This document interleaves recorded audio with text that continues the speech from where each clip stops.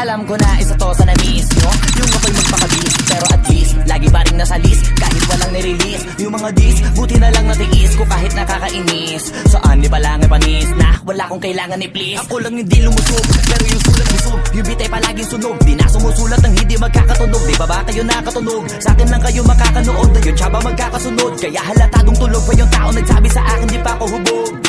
Tapos sila mga lyrics, kasamang kulog, mga ugok-ugok, magkakasabay na bulok. Hindi kami yung dahilan kung bakit di na kayo patok.